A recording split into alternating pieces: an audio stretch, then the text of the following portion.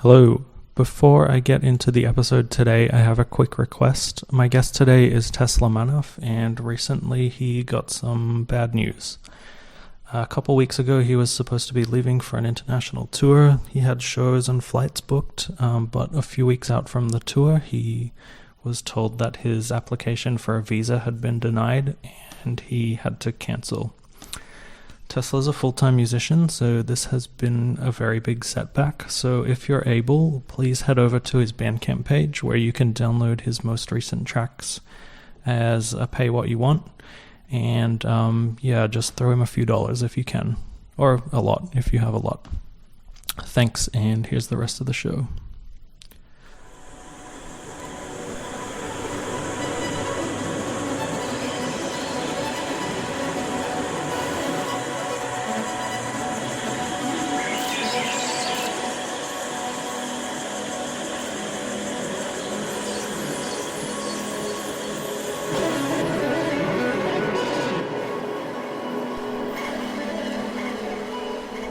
Hello and welcome to another episode of Porous Borders. This is episode 10, and today on the show I am speaking to Tesla Manaf. Tesla is a musician from Bandung, Indonesia, who got his start as a jazz guitarist. A couple of years ago he decided to stop playing jazz completely, stop playing guitar completely, and he started playing what he's doing now, which is a pretty intense form of breakcore. I've been really lucky to see Tesla play a few times over the past year or two, and he's a really incredible performer. Recently he changed his stage name to Kuntari, and that's where you can find him on Bandcamp and everywhere else. This interview was recorded a few months ago at Tesla's house, the day after I saw him play a really crazy show in the basement of a Japanese restaurant. And this was a really fun conversation to have. Tesla has a really good sense of humor. Before we hear Tesla's interview, I want to remind you to please rate, review, and subscribe to the podcast on iTunes. Please share it with your friends. Please check out my 5-way split with DJ Miko, Coffee Faith, Mahamboro, and Dissonant. Please subscribe to my YouTube channel, Concrescence Records. And if you want to say hi or you have an idea for someone I should talk to for the podcast, please email me at porousborders.com. porousborders@gmail.com, excuse me. And that's all from me for this week. Here's my conversation with Tesla Manaf.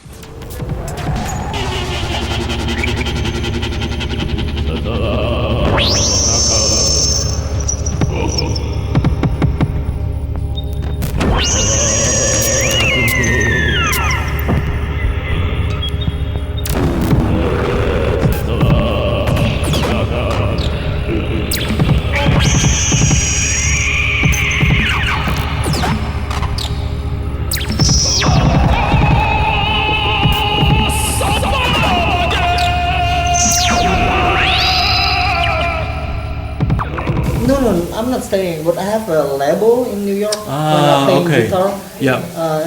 It's not a major label, but thank you. But it's really nice label. They cover like many progressive music, experimental music also, and then they promote it worldwide, and then also distribute it worldwide. Right. Yeah. Okay. So that's why I get so much promotion from the magazine, from the radio, or from the podcast or something. Right. So, yeah. It's really important for my portfolio. Yeah. So was that when you were playing jazz, you were connected with them? I'm playing jazz like 2007, and then like when I'm playing jazz, I already knew like I don't want like focus on jazz, like focus on bebop, focus on swing. I don't want to do that at all, because even though I practicing so hard, it's so hard to keep up with the real jazz musicians in New York, because they're like in blood, like the gamelan is in our blood. So even though you practice like 12 hours a day with gamelan, you still like hard to keeping up with us, because because it's already in our blood. That's why I'm looking for now what I'm going to do with my own music. I'm looking for my own sound, and that's why I like That's why I'm here. Here I am. Yeah. Okay. Well, let's maybe like back up and talk about from when the time you started your career as a musician, I guess. Yeah, you studied jazz in?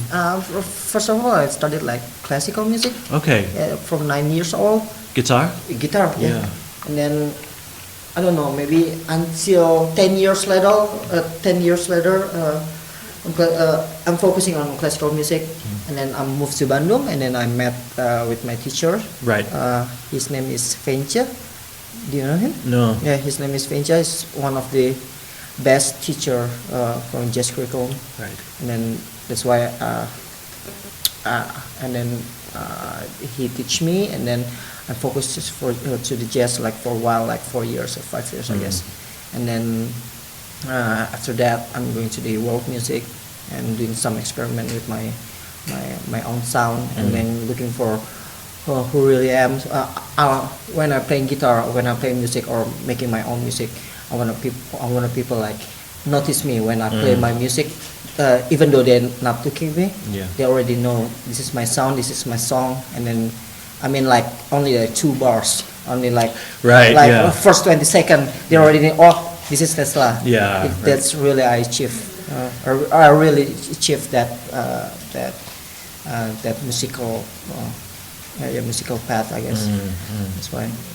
So you were kind of a band leader as well, right? With your kind of what? A band leader, like you had a band here. With my own name, of course. Yeah. And what kind of were you playing? Fairly big, like. What am I trying to ask? Like, I guess the most famous jazz in Indonesia is kind of like the smooth, kind of vocal style. But I think your music is a little more interesting, right? Like a little more. I guess like on the experimental side of. Yeah, the smooth or the pop kind of thing is like, they are cool, and then they can play in any festivals. I guess you can play in the pop festivals. They can play in jazz festivals, of course. But right now, I guess so many educated audience. They're already looking for like a real jazz and then the real music, I guess.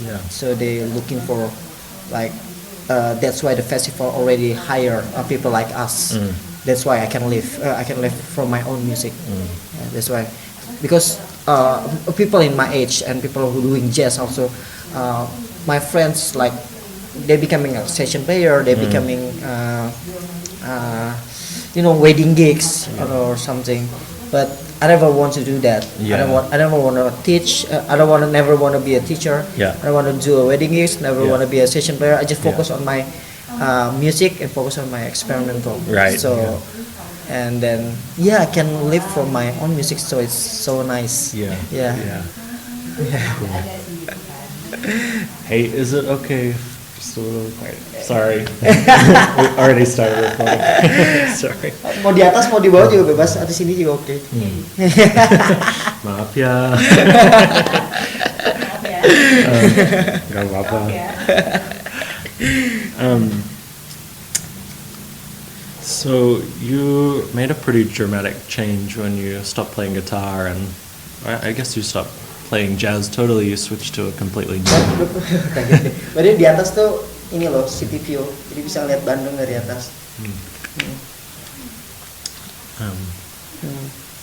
Yeah, so can you tell me a bit about what set you on that path of kind of moving from playing jazz guitar to playing what you're playing now? I don't know, man. Maybe when I was a child, I really dream about how to become an ideal guitarist, like going on tour, playing in overseas, like abroad or something, and playing a big festival, playing in a very nice venue, and then having the foreign level or something. And I already achieved that when I was went on 2016, 2017, right. I guess. And then from that moment on, I think okay, this is enough, because I don't want to stay in this place. I want to more further, more going looking for something new, looking for new people, looking for new scene, new music scene, and then I want to touch something that I never touched before, instrument. So that's why I choose like experimental music with electronics because I really love like Karl-Heinz Stockhausen, you know Karl-Heinz Stockhausen? Yeah. And then Giorgio Ligeti, because they moved from the chamber orchestra, and then they moved to the electronic. It's like kind of crazy from the 60s, and then from that, like really into into the electronic music. Right. And it took you a while, right, to kind of like figure out your sound and figure out really what you were gonna you took a break from music for a while, of course. I'm taking performing break. Right? Of course. And it because like I don't have nothing to do except doing my own music, so I just like focusing everyday practice. Like I don't know, maybe when I'm playing classical, even though I was like junior high school, junior high school, even though I'm still in the school, I'm practicing like 6 hours a day, non-stop, like I never miss a day practice. It's like crazy disciplined. And then after that, I'm going to jazz and also doing that like more discipline from classical music. I'm doing that in jazz also. And then after I'm done with the jazz, done with the guitar, and when I'm playing electronic music, I'm also doing that like I want to practice every day. I want to do something every day, so I just like write it up what I want to practice tomorrow or the day after tomorrow, like next week. Really have the schedule. Right. Okay. Very disciplined. Because from the classical music, I guess. Of course. Because a lot of my friends, they playing like noise music or experimental music. They don't know how to practice. They can play it, but they don't have like maybe their kind of practice is like looking for new experiment, I guess, new experience, experimenting of something, I guess. But for me, touching the instruments is like, I don't know, maybe like making love. Our instruments. So I really need to know my instruments. I really need to love them. So I really need they love me back. So that's why I'm spending a lot of time with the instruments. That's why it's so geek. It's like nerds, but it's my way to practice. I think especially in noise, that's not really something you see, right? It's like every performance for a lot of people is completely different because they don't. I guess they don't think to practice beforehand, or they don't really have a plan of what they're gonna play or something like maybe that. Like many people who already have a huge talent, so that they don't have to practice like 5 hours a day, so that they don't have to practice every day. When they doing their things, it's already like very good. Even though they're not practicing at all. So there's so many people like that in Indonesia. Right. I don't know why, because I think our ancients all like artists. Like I don't know, maybe musical artists or architecture or linguistic. I don't know, because we have like 500 language, 200 cultures, so many. So I think our ancients like all the artists. I think music's really in the blood here as well. Exactly. For people I don't know in Australia or in the another massive country, because in Indonesia you go to the another alley, you can find people playing guitar. You can, even though they only playing like chords. But they have like it's a good sense of music. It's crazy about Indonesia. And people I've noticed here so much compared to coming from a Western country, people sing together all the time, like out in the street or when they're just hanging out. Exactly. I think it's because the culture, because it's our ancient. We always like singing to express ourselves. So not just to express ourselves, but to make it rain. To make it rain stop. We're all singing, we're all dancing, and then to celebration of something, celebration for birds. Nice. Is it from outside? Yeah, from outside. For people listening, a bird just flew in the room. Yeah, they can find the audio way out, I guess. Okay, so you just said before you grew up in Depok. No. I grew up in Bekasi. Oh, in Bekasi. Yeah, Bekasi. yeah. Sorry. Yeah. Yeah. So near Jakarta.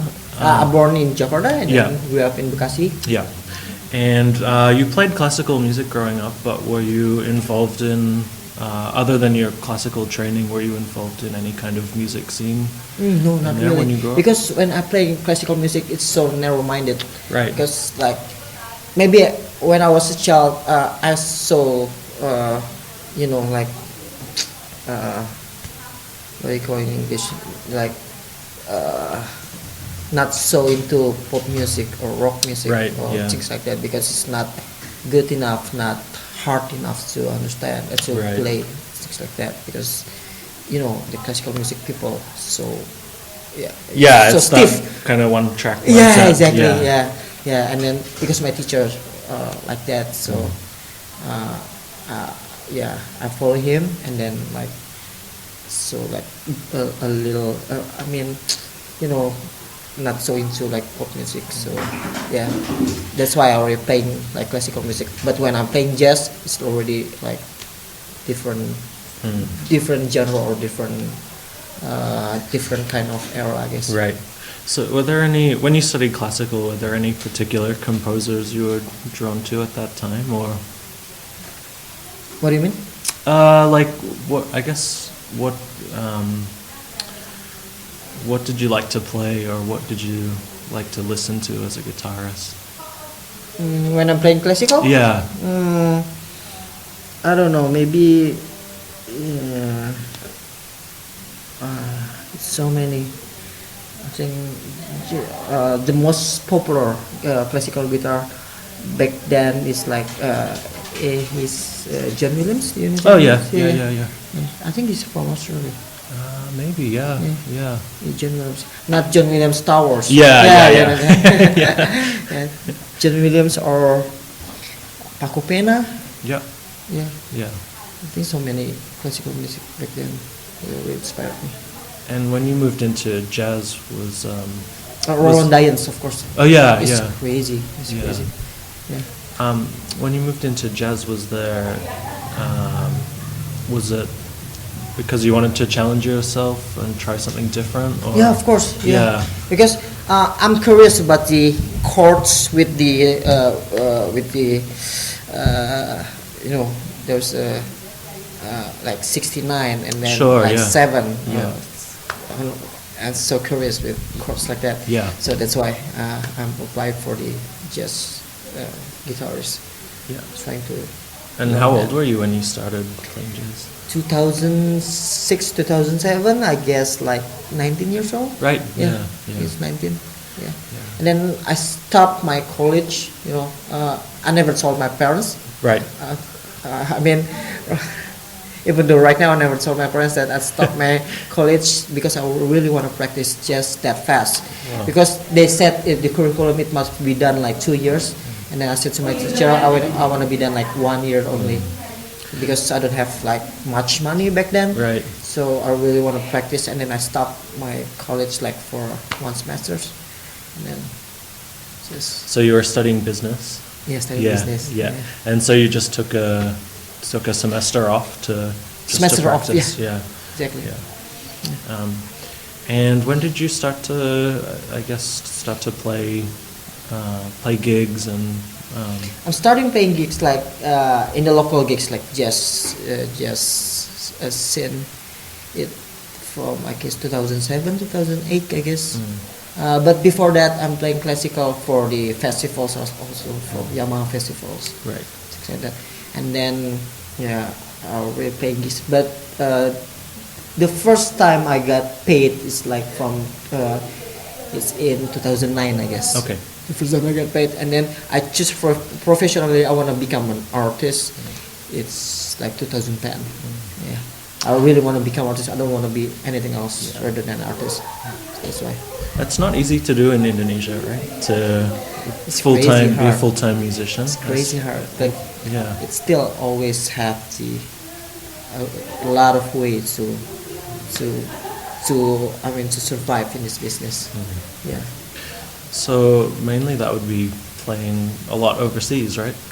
Not mainly, but I'm still playing the festivals in Indonesia, and they well paid, I guess. Mm-hmm.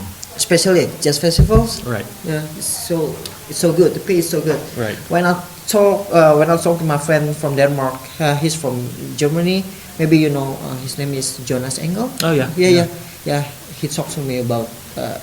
They asked me about how do I do for a living, and then I'm telling him like I'm playing experimental music, and then he's shocked.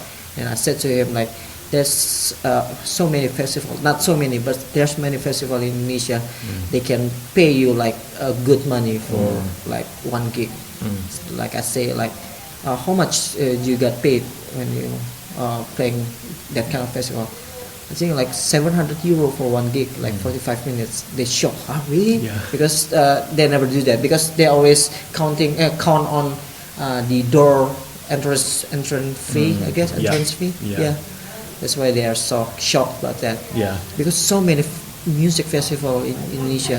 So, you know, when you go to Jogja or you go Bandung, Jakarta, like 1 week there's like 5 or 10 different kind of music in 1 week only. Like it's like every week, like and the whole year except when Ramadan, of course. Yeah, it's so crazy. Yeah, that's right. There's always like every night you have a choice of exactly. Yeah, at least if you're in Jogja or Bandung. This kind of vibes like New York, I guess. Yeah. There's so many places having a lot of good music. Yeah. You have to carefully to choose that. So I think the first time I saw you play with your new direction was in Jogja Noise Bombing, right? Yeah, sure. With Maham. Yeah. Yeah, that's right. And I think I remember someone from J&B was saying that you asked to play their festival, and they were a bit confused, like, what does this jazz guy want to play at? How do you know about that? Yeah, I forget who told me, but Indra Manus? Yeah, probably. But they were just curious to see what would happen, so they said, "Yeah, come and play." It was a very nice story, because they all rejected me. Not like majority of them rejected me. Like, what the hell? People like jazz guitarists come to our show. You know, from the elite going to the underground. Yeah. They still thinking like what are you doing here? Yeah. You know. Yeah. That kind of ignorance, of course. And I really understand that, because I'm just starting like from January, and then the festival it's on January, I guess. January. Or February. Yeah, January. Usually end of January. End of January, yeah. And then they like, what are you doing here? Like with the crazy expensive kind of gear. Like, of course they rejected me, of course. And then after that, I'm not playing that good when in 2017, but I always practice, and then I was like, I'm adding all of the Jogja Noise Bombing. I mean, like adding for the friend requests for the Facebook, and then we are friends, and then I'm starting to like posting every day what I'm capable to do with the noise music, and then like every day like posting like, and then I'm playing this gig, that gig, then so they know I'm really really serious about this music. So that's why I really like close with them. Right now. Yeah. So now you have a really strong connection with that community. You come and play. Yeah, exactly. Even though I'm not playing in there, playing with them, I was really still close. When I'm going to Jogja, they usually like calling me, and then we're hanging out together. It's so crazy, because like 2 years ago, he looking me like an enemy, I guess. Yeah. So I think the most important is like consistency, I guess. The repetition, the consistency of if you're doing something, and then even though you're not good enough, and then but you like repeating every day, like, and then you're practicing every day, and the people think you are a real deal. Yeah. And then people start to, okay, you are in our community. Yeah. Yeah. So slowly but surely. Exactly. Yeah.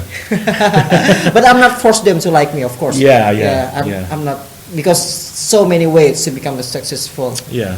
So I'm not forcing them to like me. Yeah. But yeah, everything's changed. Yeah. Yeah. So I wanted to ask you about, I guess what your,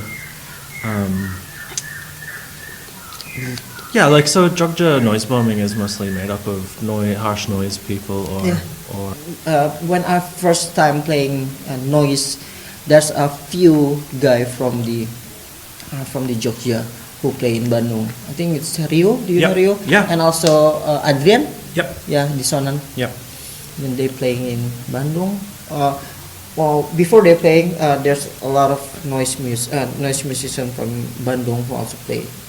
This sound, their sounds so terribly wrong. I guess it's from speakers. At the first time, I guess it's from speakers. I guess speakers is bad or something. Yeah. But when the people from Jogja playing, like, it's so crazy good. So, oh my God, what is this? I mean, it's like noise, but it's so, hearable. So we can enjoy like from the harsh noise. Yeah. So I think it's like. Yeah, I think those two guys particularly have a really strong sense of composition and not just trying to be as loud as possible, but really trying to layer things in an interesting way. Yeah. Especially Azrian, because his background is from like kind of piano classical, I guess. Yeah, right. From EC. Yeah. So I wanted to kind of ask what. How do I put this? Like, I guess what you're trying to do in your music. I think from the first EP you put out as an experimental project, you've changed quite a lot even until now with the newer Kuntari stuff. Yeah, exactly. Yeah. That's why I really want to people look at me when I'm playing, because people always talk like when I'm playing this month and the next month is the same composition and the same skills. But I can tell you it's completely different because I'm practicing every day. When I play this time gig, you have to see me like next month gig because it's so different from the last gig and it's getting better. Yeah. I don't know it's getting better or worse, but at least I have a change. I make a drastically change. Yeah. I don't want to stuck in one place. Even though in the next month I'm not playing that good like last month, I can assure you that it will be changed. I don't know if it's good or bad, but it will be like the new me. That's why I really need people to look at me right now rather than like I don't know, a few months ago or 1 year ago, because it's already totally different. Yeah. Especially from like 2017 January from right now. Yeah. And then I look at them like look at a lot of noise musicians from Yogyakarta. They're like, I don't know, they're like prophet. I mean, like the God. I mean, so good. And then right now they ask me like, how do you play like that? And then how you create sound like that? And then I'm so proud of myself because I'm practicing every day to be good, to be at their level. And then right now they're looking at me, constantly changing. I guess the newest set of songs you've recorded and released, there's a lot of emphasis on vocal performances. You mean from Bandcamp? Yeah, from the Kuntari stuff and Bandcamp. And I was curious at kind of how you ended up. I mean, I don't know. It not tend to having a lot of vocals in it, but I don't know. That kind of like for collaborator with Kuntari, it happens that time when Ruli come to Bandung, and then I asked him like, Mas datang dong ke studio, kita latihan bareng. I asked that, kita rekaman bareng, kita langsung rekam. I asked them to record me, and then we just play, and then sound like blew our minds off, and then I think we have to release it Okay, and then I realized like it's just a small part because we have 2 hours of recording. Oh wow! Yeah, it's okay. crazy. Yeah. Like 2 hours of recording, and then he just like having his looper, and then he's so happy with his looper, and then he told me that he's doing a different thing when he playing with me, and then it's a good news, and then we just jamming, and then we record everything, and it sound good, and that's why I just take a small part, like 7 minutes to my Bandcamp. But maybe I don't know, maybe next month or next year, or next couple months, there's my friend, or I'm going to maybe going to Jakarta, ask my friends to playing cello maybe, or playing, I don't know. Yeah, it's possible. Everything is possible. Yeah. Yeah. So we're at your studio in Bandung right now. How long have you been in this place? From 2015. Okay. Yeah. Okay, it's almost 5 years, I guess. Okay. And have you lived in Bandung since? Is that when you moved to Bandung? I mean, I moved to Bandung 2005. 2005. Yeah. Okay. I moved to this house like 2015. Okay. Yeah. And did you come here to do? Was it because it was a good place to do music, or? No, not really. Yeah. There's no big scene in here. Yeah. And then the people. Oh my God, it's so hard to explain. Yeah. But do you know? Not really. Because we have a lot of culture, so we have a lot of kind of attitude. Yeah. So are you Sundanese or no? Okay. Of course not. Because I'm Betawi. Do you know Betawi? Yeah, Betawi. Jakarta. Native Jakarta people. People are more straightforward in Betawi. Yeah. If you don't like anything you hear or look, you just tell them. Yeah. It's so different here. Yeah. Way much different. Yeah. Just always say nice things in front of you. Yeah. Oh my God. I don't know about Yogyakarta, but Yogyakarta I think it's more straightforward. I guess that's why a lot of bold artists from there. Yeah. Yeah. And then of course really from Palu. Yeah. They bring their attitude from Palu. Yeah. I mean like from primitive kind of people who always like doing. Do you know Medan? Yeah. People from Medan always shouting when they're talking. Yeah. Yeah. They also straightforward for anything they don't like. Yeah. That's why. It's so hard to play music in here. But I'm staying because a lot of people, a lot of my friends, a lot of like successful musicians told me that I have to move to Jakarta if I want to become like successful musician. Yeah. And I said bullshit. Yeah. Totally bullshit. This is like internet era. You can post your stuff in social media, and you can go worldwide from anywhere you want. So doesn't have to go into Jakarta, because almost everyone, my friends, move to Jakarta just because they want to looking for money. Right. They're becoming a session player maybe, and then sometimes they're doing their own music, but not me. I'm staying here. I think it's because also the cost of the living in here like pretty low. Not that Jogja low. Yeah. But it's like lower rather than Jakarta. Yeah. And then I'm staying here, and then just doing my own things, not doing like session player or something. Yeah. And then I can survive. That's why. That's a nicer city to be in, like day to day as well than Jakarta. Of course, I think. Yeah. And then the traffic is getting bad right now, but the weather is very nice. Yeah. Yeah. So I think that's a fairly common mindset in Australia too, where people in Australia it's Melbourne, right? And if you're from another city and you want to be successful in a music career or in the arts, a lot of people will move to Melbourne to make that happen. But I think sometimes the mentality is like, if I go there, it'll happen because I'm there.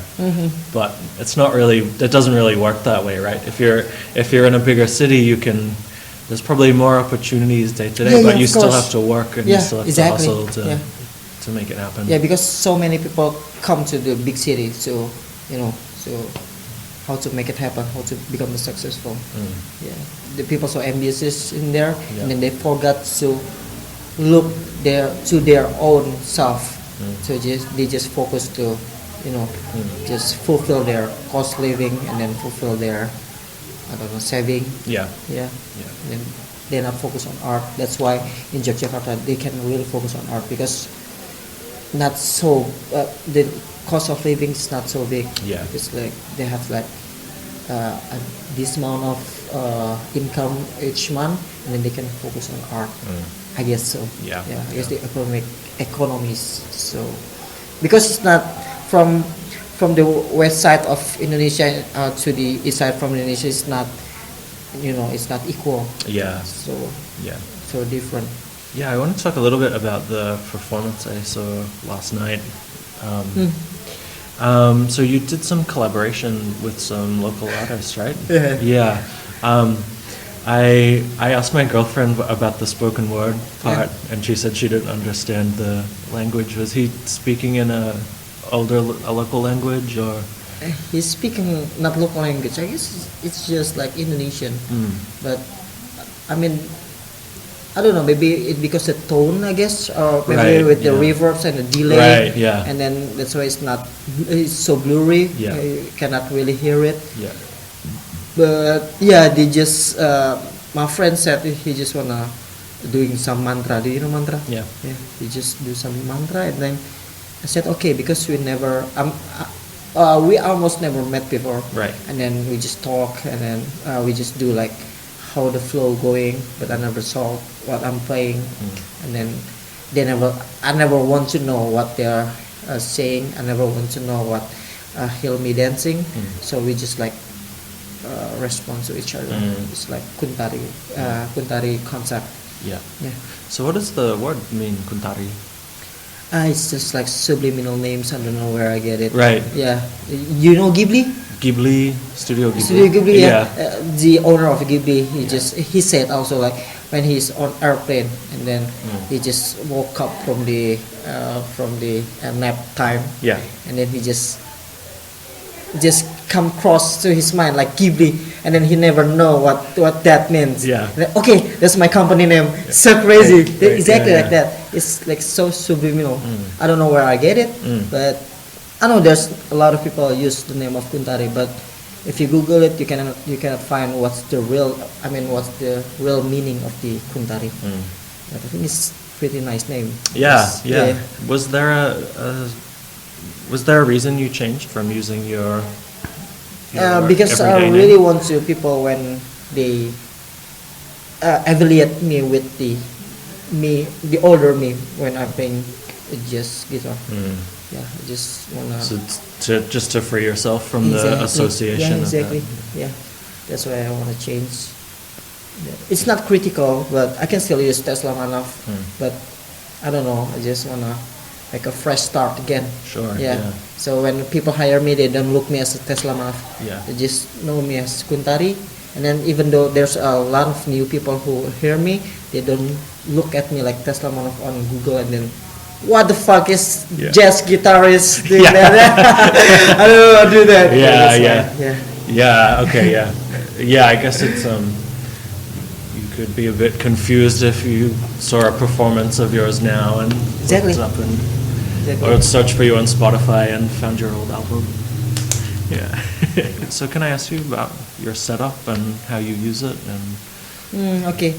First you don't of have all, to give away any secrets. No, there's no secret at all. It's all electron faults because they're already so good. I think it's one of the most powerful sequencers in the world, and then it's worth every penny because it's not that. I think it's not that expensive compared to the modular, of course. Yeah. If you want to achieve the sound in electron and then you achieve in the modular, I guess it's like 3 times more expensive or 5 times more expensive, I guess. So many more cables too. Yeah, so many more cables and then more weight to carry when you travel. Exactly, and then so big and then also so fragile. It's so crazy.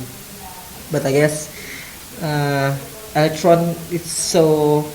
I think it's because the Venetian snares. of course they have a lot of modulars in the house, but when they're playing on the stage, they only use like analog rhythm, analog rhythm, and I think it's so crazy. Yeah. From that moment on, I'm looking for like electron. That's why I bought my first Digitac. It's from electron, and then I have many synths before Digitac. I use like Korg sequencer and also the like from Bestel instruments. Bestel? Yeah.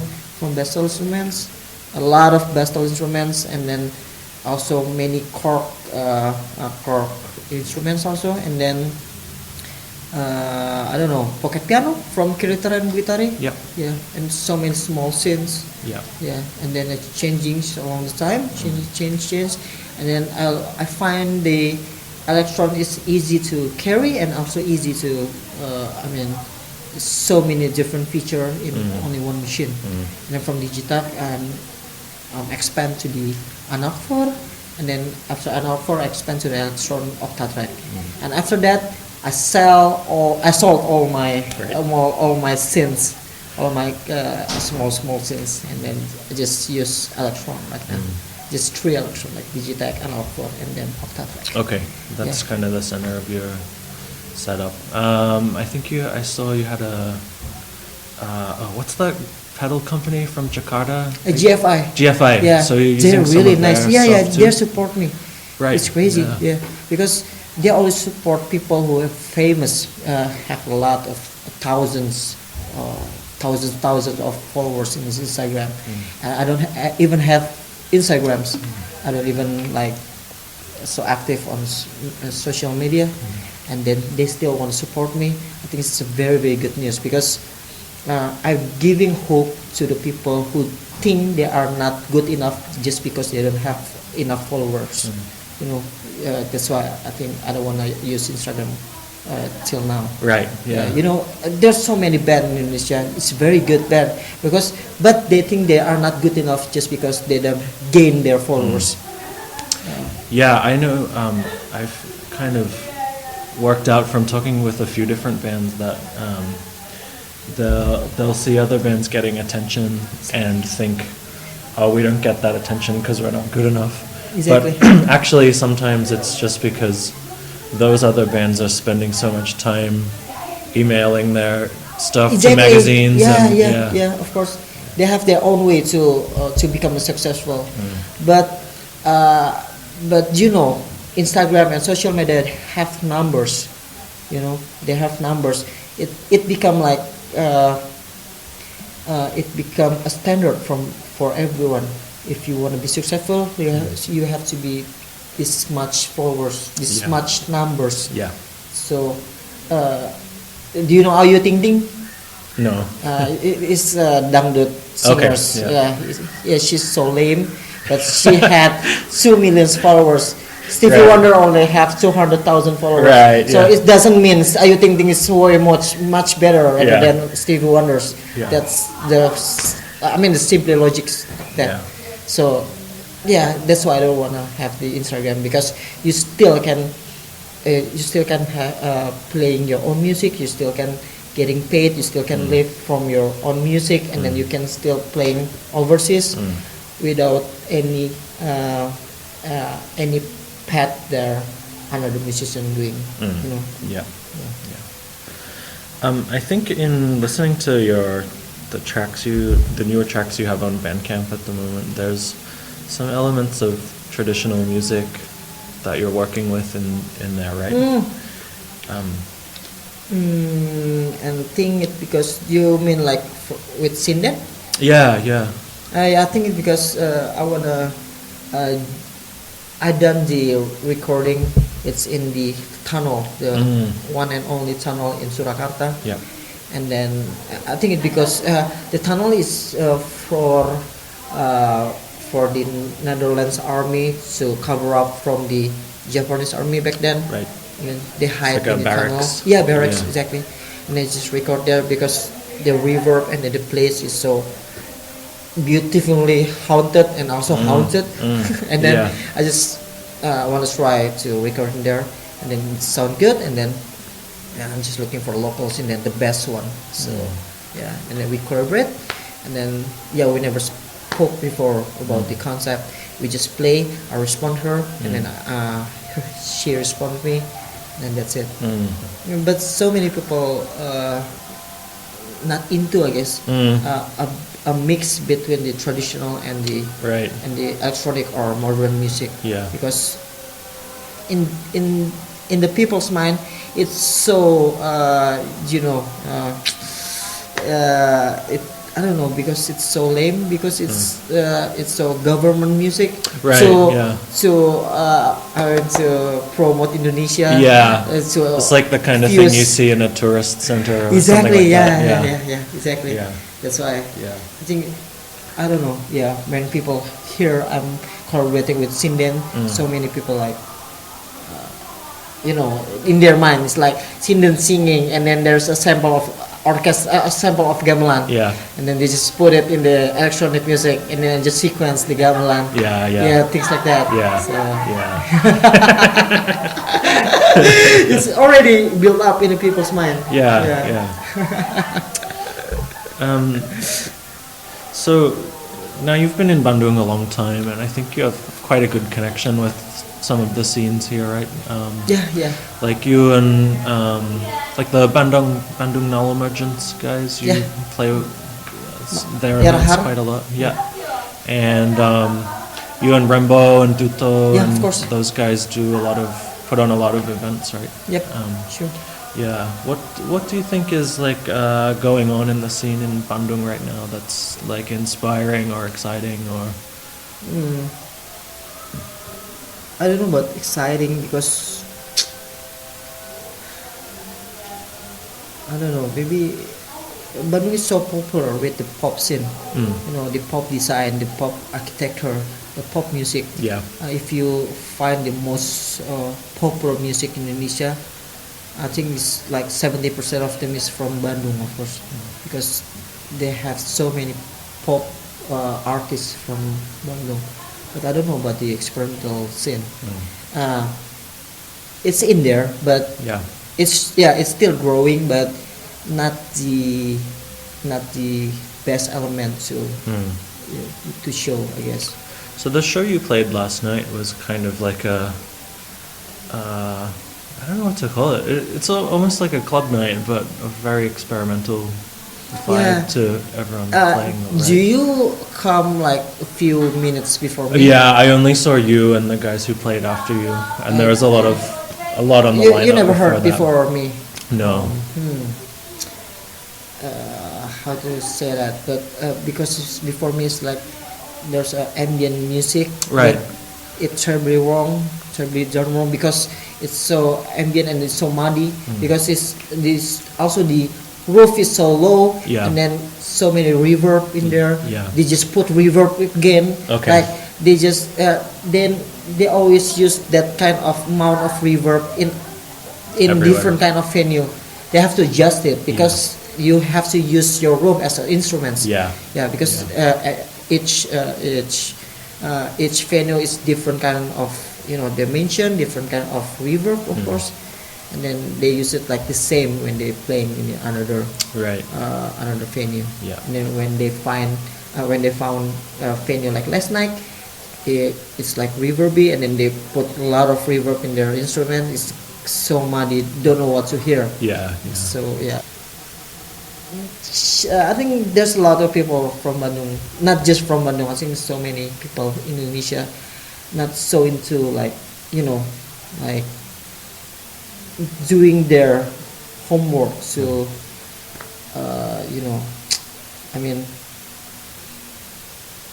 learning about frequencies, learning about the reverb, about the composition, about the concept and everything, and then to change their gear to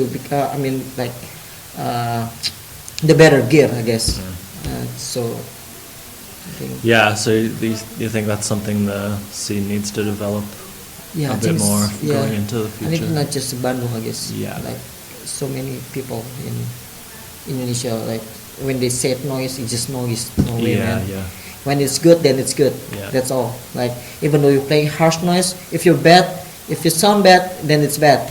But it's art. So when people when he's good at harsh noise, and then you listen to them playing harsh noise like 1 hour, 2 hours. If they sound good, we never go anywhere. Yeah. Exactly right. Yeah. True. Yeah.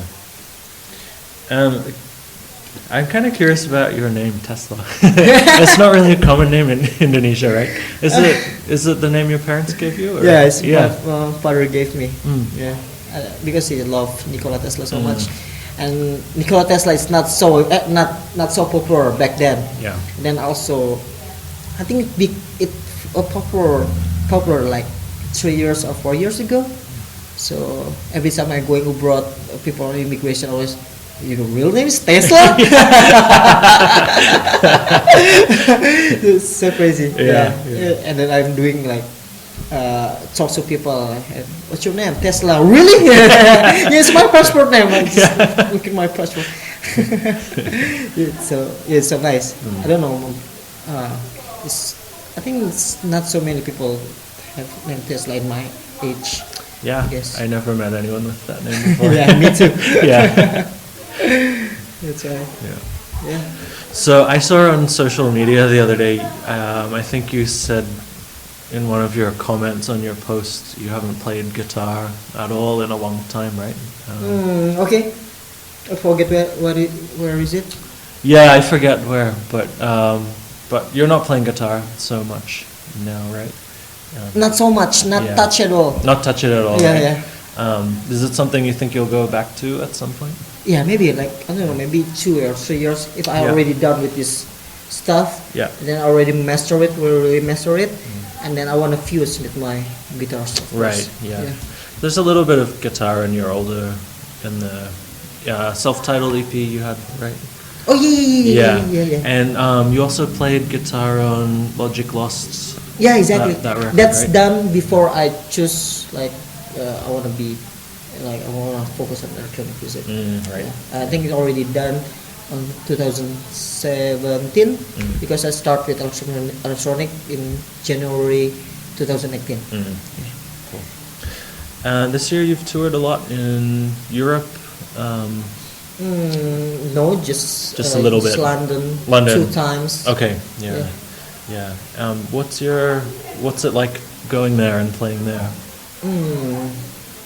I don't know. I think the crowd is nice. The efficiency of the crew is so good because they're higher professional, of course, and then the crowd is kind of good also. Yeah. But the Berlin have the most crazy of all. Right. Yeah. I think that's why I really want to move in there. I don't know, maybe being expat like 1 year or 2 years, I guess, in Berlin. Yeah. You've played there before?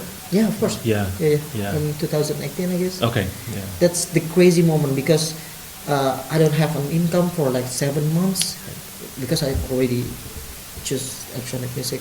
People don't want to hire me anymore. And then, what the fuck is Tesla? I don't want to hire him anymore. Okay, I don't have income like 7 months, and then I started to like shaky a bit, and then if I'm playing, I'm applied to these festivals in Berlin.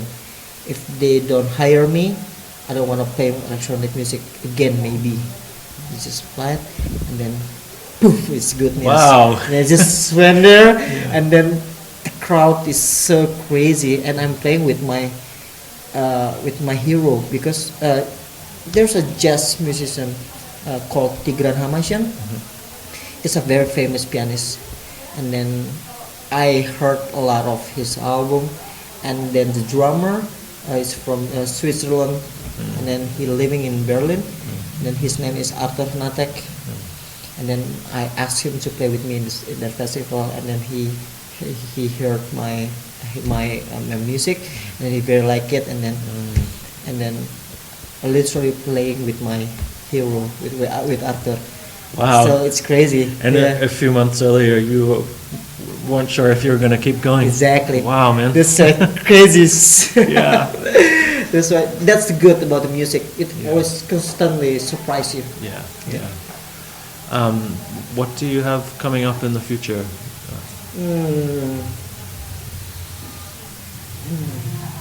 I just got funding from the British Council. Great. And I I think I wanna.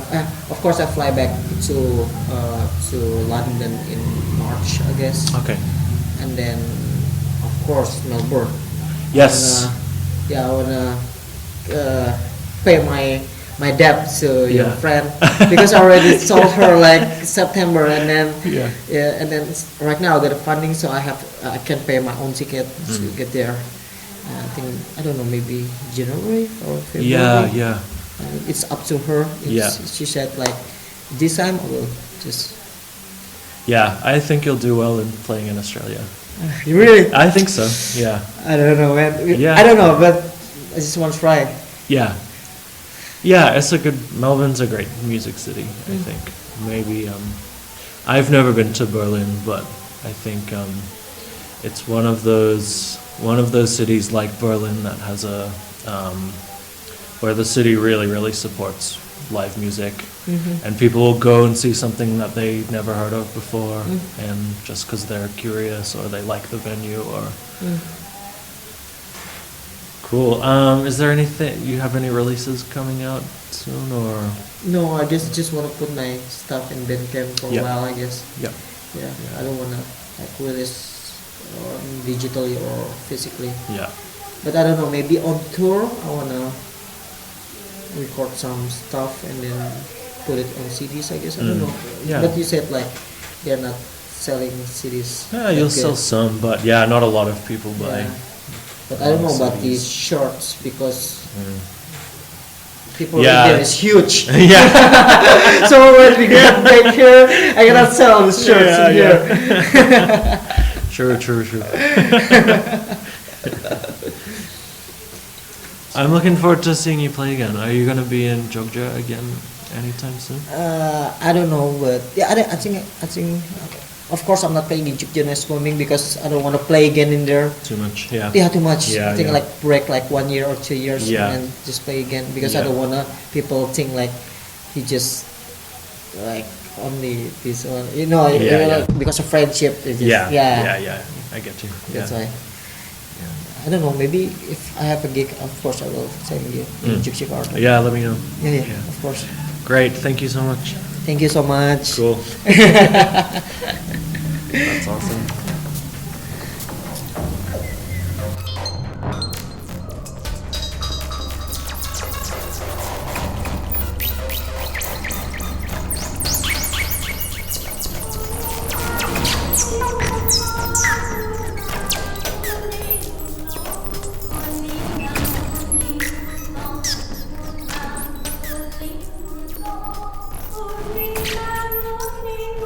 Thanks for listening to this episode of Porous Borders. If you're interested in exploring more underground music from the Asia-Pacific region, you can check out my YouTube channel, Concrescence Records. You can find the link to that in the show notes. If you like the podcast, please subscribe, rate, and review in the iTunes store. If you have suggestions or feedback and you want to get in touch, you can email the show at porousborders@gmail.com. You can also find me on Instagram at @ANDRWMH.